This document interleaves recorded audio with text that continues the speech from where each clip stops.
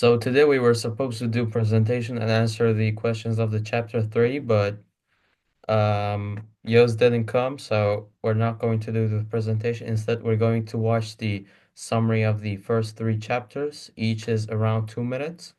So we're gonna watch them and then we're gonna answer the questions of the chapter and finish off the session. Okay. Yes, sir. Yay. Let's share this. Uh, I hope you can have the sound. Bir kafatası getirmedi. Do you have the sound? Yeah, we have the sound, sir. Okay, very good. Konusunda sizi temin edebilirim. Babamın fil kafatası getirmiş bir müşteriyle ilgilendiğini gördüm. Ben de hemen internetten fil kafataslarını araştırdım. Böyle bir şey için ne kadar istiyorsunuz? 1800 dolar almayı düşünüyorum. Eti yok, en fazla 10 dolar veririm. 500'e ne dersiniz? Olmaz. 500'e eve geri götürüp eşim istemese bile salona koyarım. Fil uzmanımla bir konuşayım. Fil Okay. So chapter 1, animal farm analysis.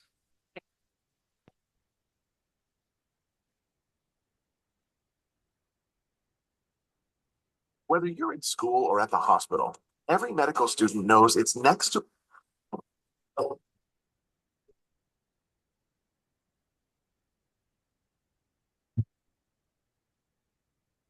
Chapter 1 of Animal Farm opens, that's right, on a farm filled with animals. Good guess so far.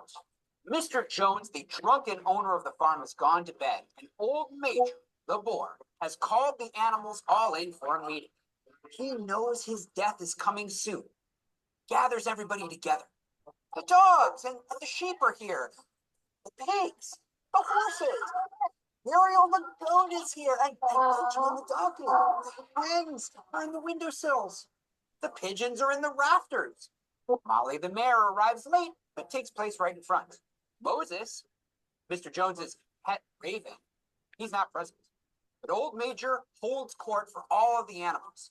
Now, the animals' lives have been filled completely with misery and exploitation.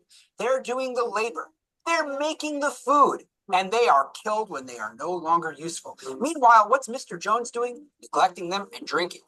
Products of their labor, even offspring. Little animals we care so much about, they're taken away from them. Major lets us know that man is the problem.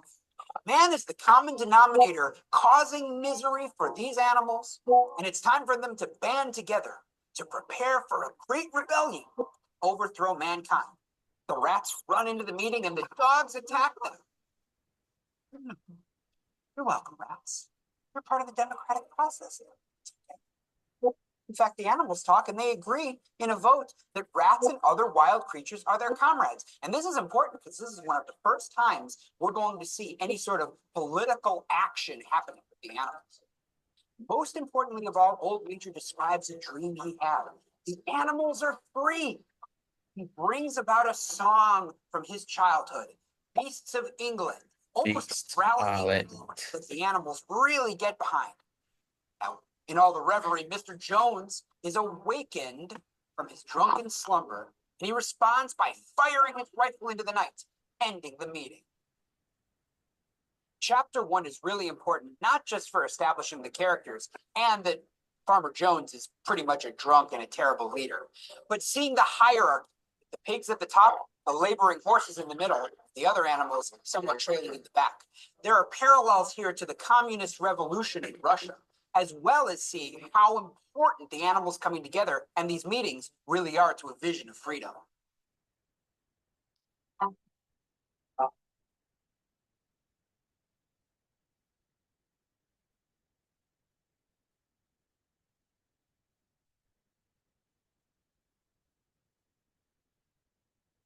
In chapter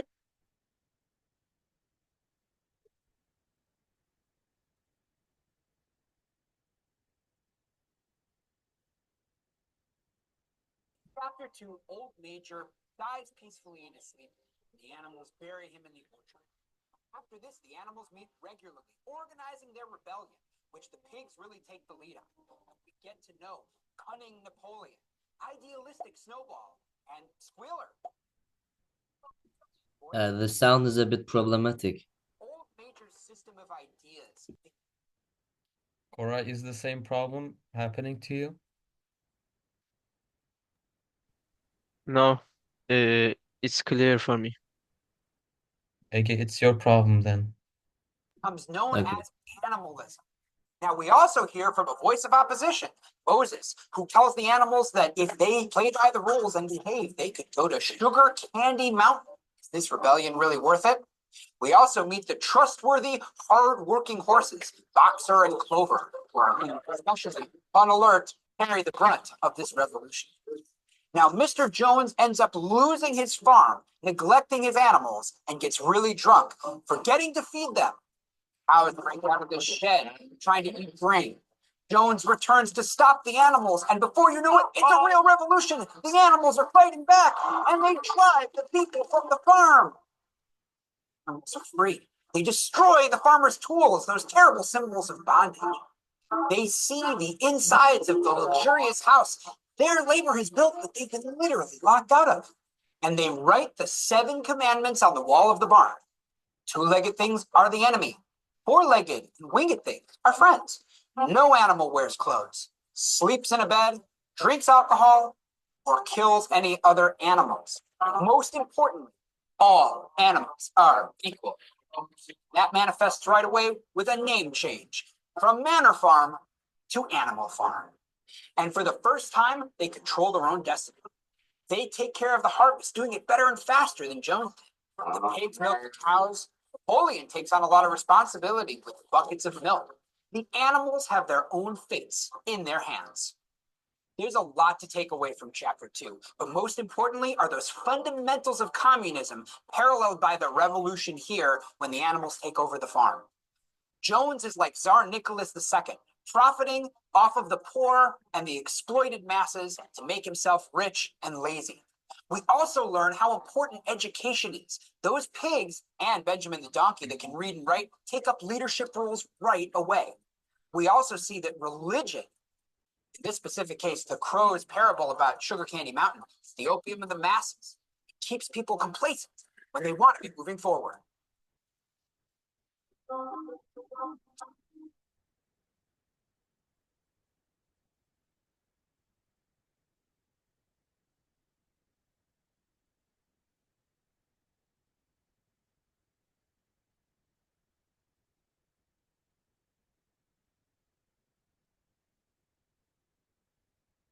In chapter 3, time passes, and we see how effective the animals are at running the farm on their own.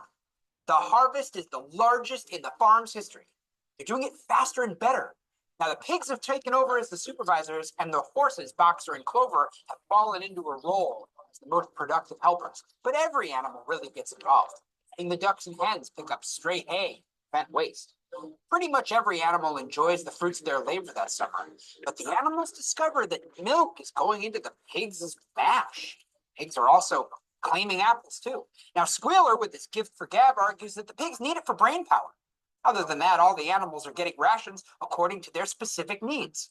They're doing their share of the work, except for Molly, the spoiled white horse, and a cat who neglect their duties and give lots of excuses.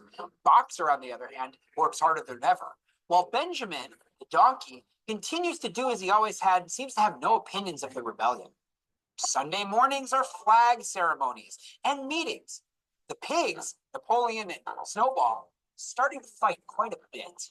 But the meetings always end peacefully and with the singing of Beasts of England. The remainder of the day is spent for rest and relaxation.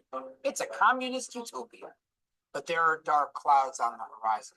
Some foreshadowing in the forms of a couple of different instances. One is that the pigs say they want to teach all the animals to read and write, but really, none of the others even learn more than a few words. And also, Napoleon keeps 9 of the dog's pups for himself. He doesn't really say why, but that's going to be important soon. In chapter 3, the pig's influence and control is evident. For example, giving orders that the humans like to do, keeping milk and apples for themselves as a kind of privilege, it implies that their mental labor is more important than the physical labor being done. And the animals sense unfairness, but Squealer keeps silencing them with fear. Do you want Mr. Jones to come back or what? Now, Keep in mind also that the animals aren't fully being educated. They're being told general gists, but the pigs continue to educate themselves, creating a totalitarian-like distance between their powerful leadership and the masses working, laboring to keep them in positions of privilege. Benjamin is an important, troubling character here too. He understands what's going on, but doesn't do anything about it.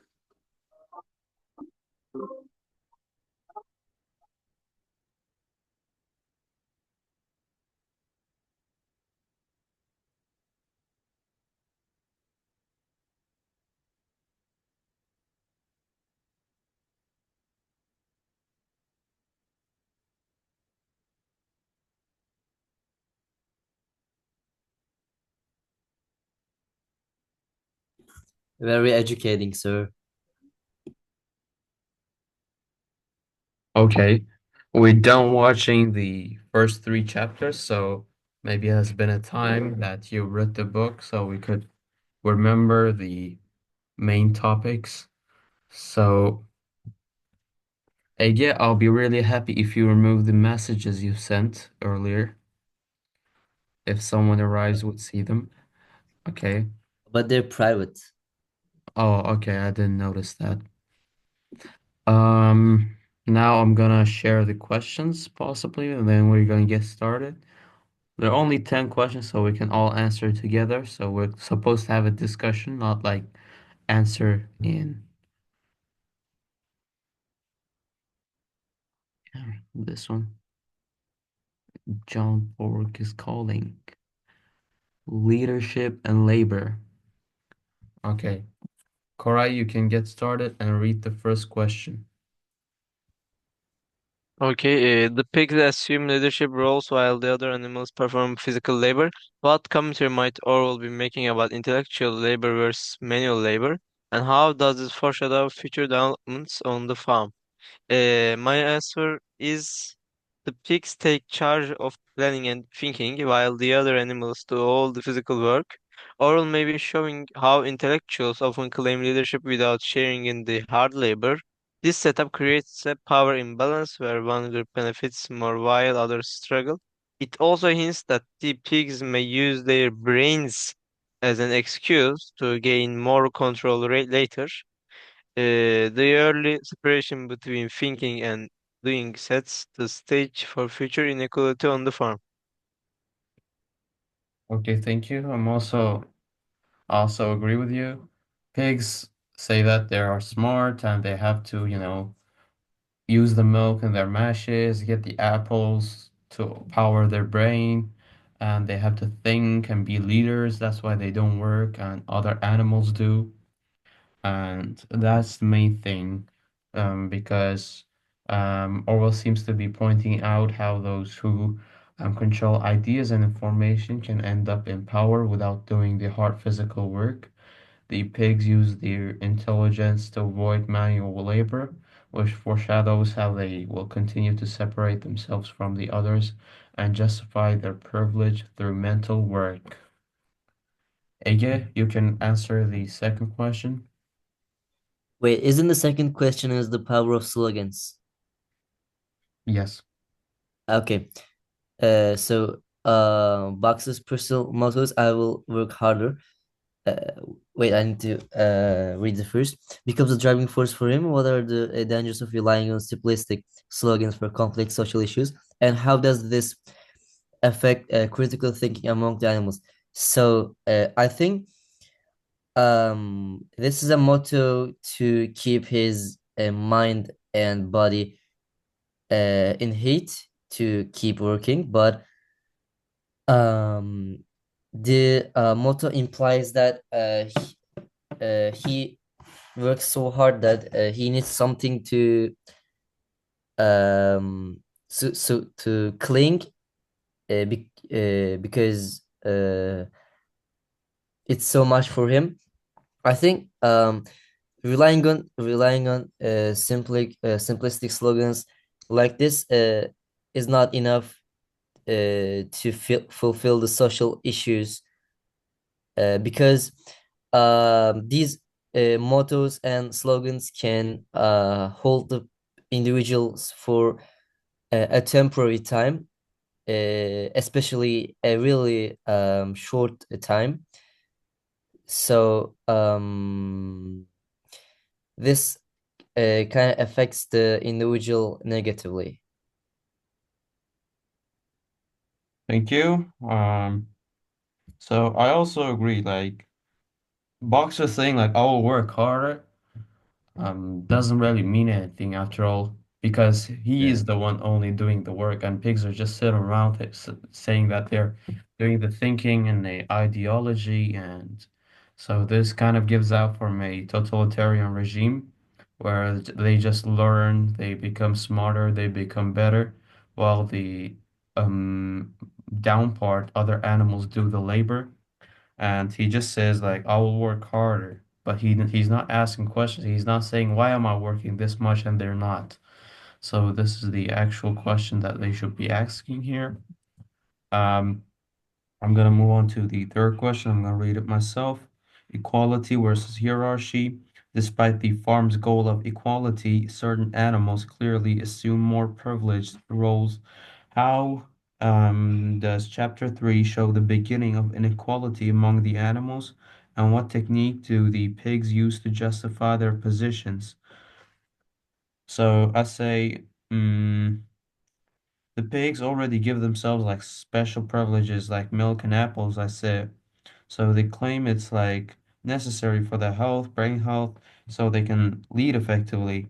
So this is the start of inequality creeping in, and as the pigs use logic and fear to a failure to convince others that it's all for the greater good and it ain't nothing about them. It's just they do the mental work and they need the apples and milk in their mash and they need to get more nutrients and blah blah. This is just bullshit. They're trying to convince other animals about the inequality. So, Koray, what do you think about this question? The role of education, you say? No, equality and hierarchy. Ah, I'm gonna read my answer for that one. Although the animals talk about equality, the pigs are already separating themselves by taking the milk and apples for themselves. They justify it by claiming they need the extra food to think and lead. This shows the beginning of a social hierarchy hidden behind good intentions. The pigs use clever words to make it sound necessary, even though it clearly benefits them. Orwell is pointing out how those in power often twist ideas of fairness to serve their own needs. That was my answer. Thank you. We're gonna move on to the fourth question. Ege, can you read the question and answer? Okay. Benjamin's cynicism. What does cynicism means, by the way? Sorry, where? Cynicism. Is it in the fourth question? Yeah, no, the fifth question. Benjamin's cynicism. The title. First question, Benjamin's cynicism. Cynicism. Cynicism. Oh, Okay. cynicism. Cynicism. Cynicism means optimistin tersi işte yani pesimist. Okay, Kötü thanks. düşünen, kötü yapan, kötülük öyle bir şey. Hmm. Kötü görüşlülük. Benjamin remains unchanged and skeptical You have to through the answer the fourth question. Huh? Right. Uh, okay, the fourth one. The role of education. Snowball initiates literacy programs for all animals, yet the results are unequal. How does literacy or the lack of thereof become a tool of empowerment or control on the farm?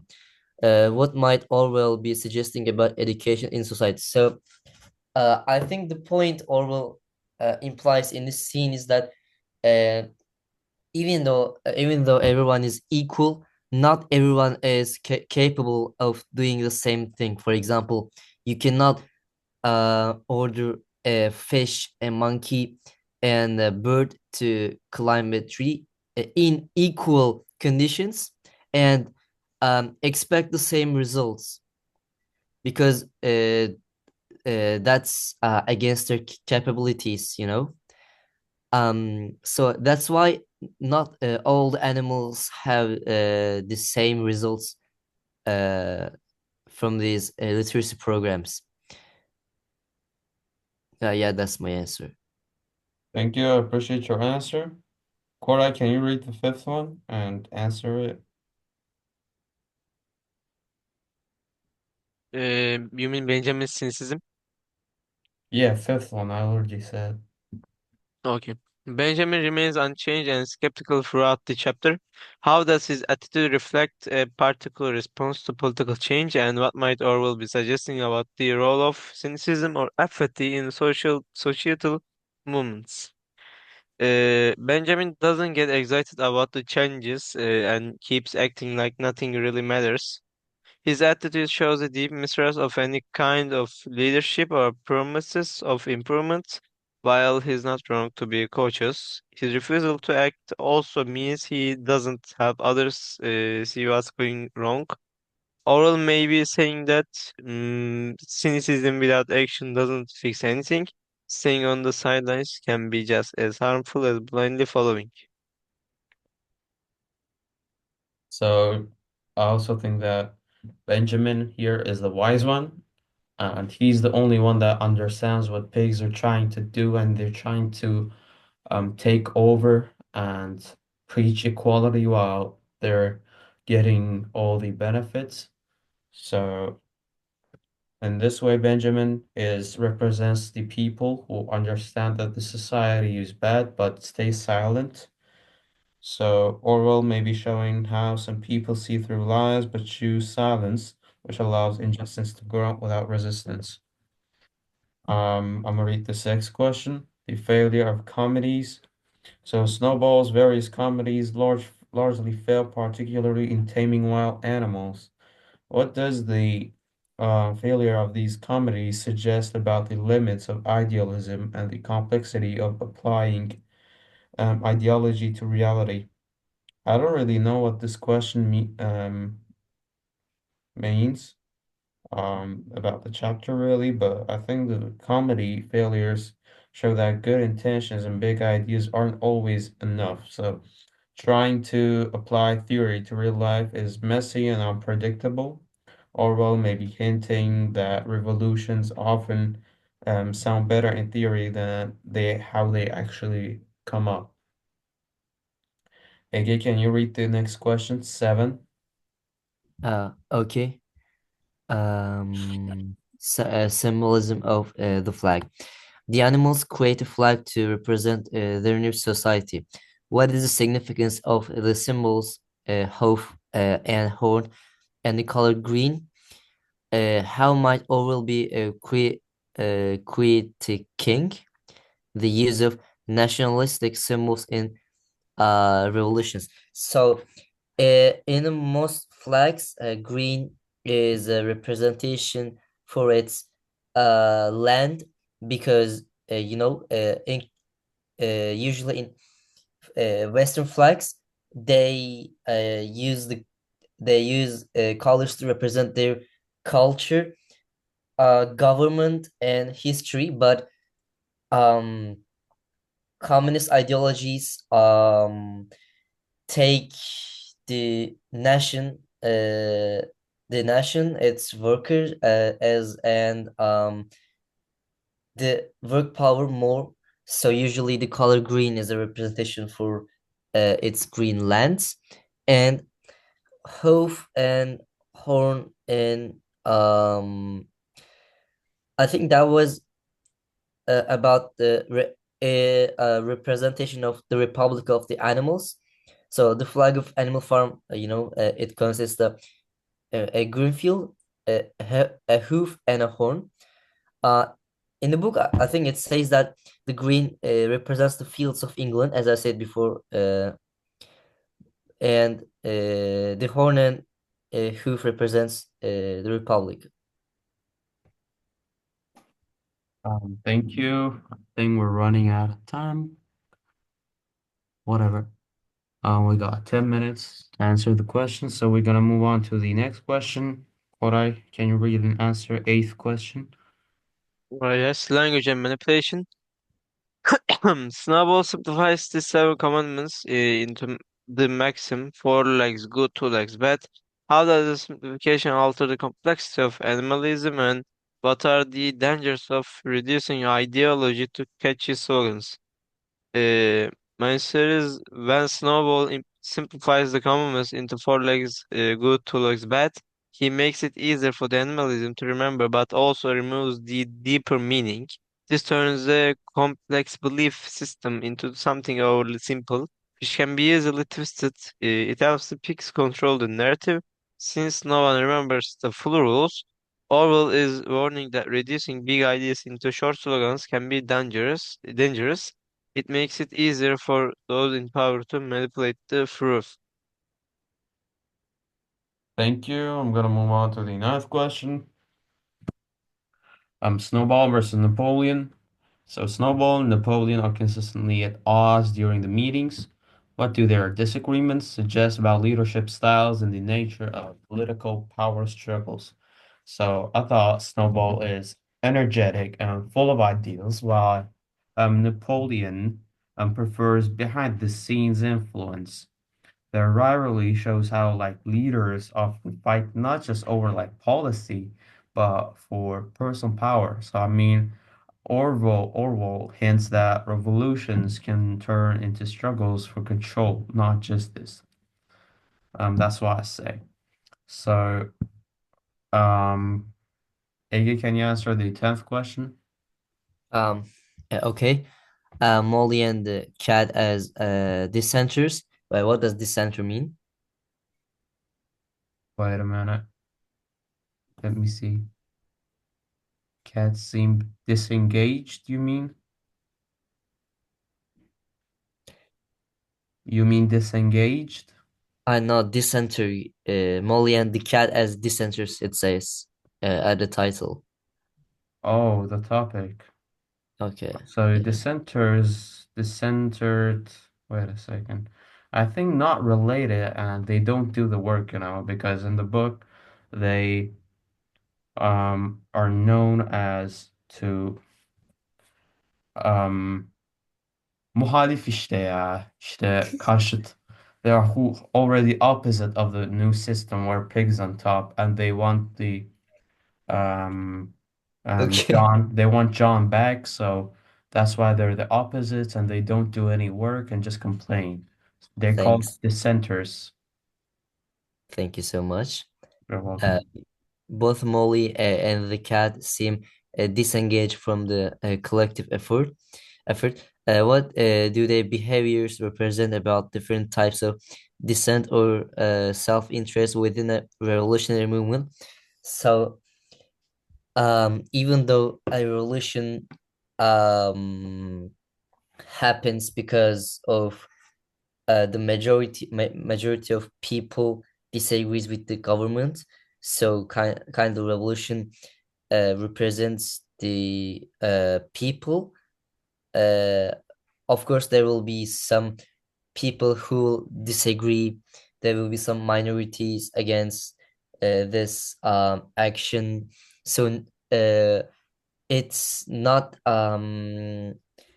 sensible to expect all the animals to agree with this revolution.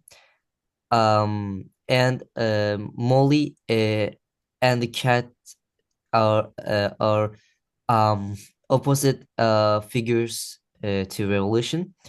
Um, um, Even though the animal puts a lot of effort in to their farm and they try to um, keep the revolution going, but Molly and the cat are kind of isolated from the revolution because they do not agree with this revolution. Uh, their behaviors represents the minorities and um, government supplying people in the date of the revolution in Russia at that date. Yeah, that's what they represent.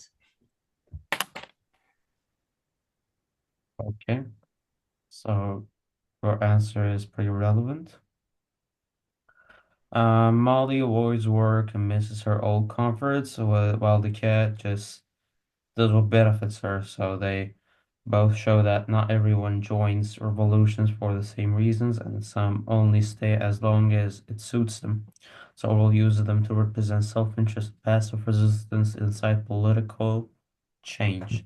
So this was the meeting. I'm going to stop it because we only have 4 minutes remaining.